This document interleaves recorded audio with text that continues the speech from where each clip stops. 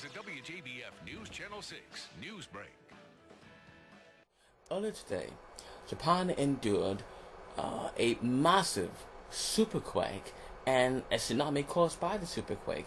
It is still in the news now as the death toll rises. And not only is there a high death toll, there's also fears that there are also nuclear disaster fears as a reactor overheats.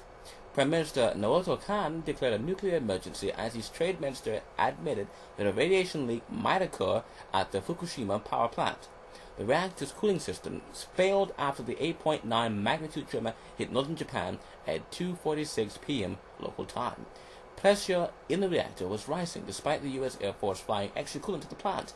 Japan's massive earthquake caused a power outage that disabled a nuclear reactor's cooling system, triggering evacuation orders for about 3,000 residents as the government declared its first ever state of emergency at a nuclear plant.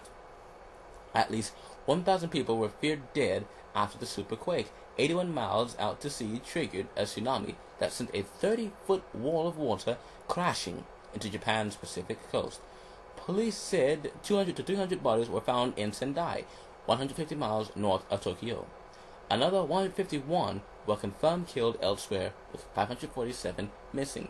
At least 800 people were injured. In the same vein, about 18%, and this is at 1:40 p.m., I believe, East Coast time, about 18% of Japan's 33 nuclear reactors have been shut down in the wake of the magnitude 8.9 earthquake that struck offshore and triggered a massive tsunami. But officials are particularly troubled by events at one of them, and that is that very same 480 megawatt Fukushima No. 1 plant in Fukushima Prefecture, where the emergency cooling system has not been functioning properly and authorities fear a meltdown.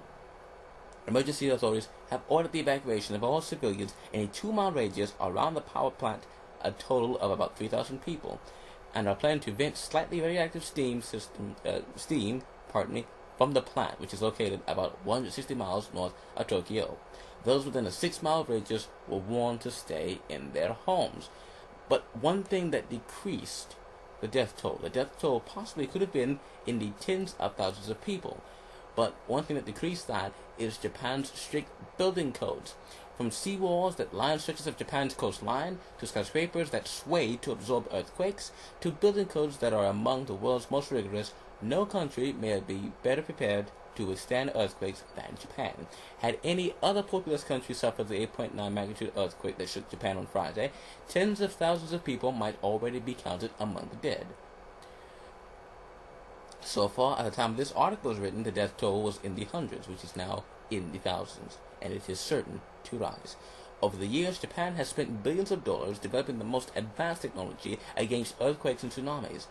The Japanese, who regularly experience smaller earthquakes and have lived through major ones, know how to react to quakes and tsunamis because of regular drills, unlike Southeast Asians, many of whom died in the 2004 Indian Ocean tsunami because they lingered near the coast. Now, there are ways you, the viewer, can donate to Japan. To make a $10 donation now to Japan Earthquake and Pacific Tsunami Fund, text Red Cross to 90999 or go to redcross.org. I'm Brandon Fields, here for YouTube News, Facebook News, local news, and anywhere news. Good night, and good luck.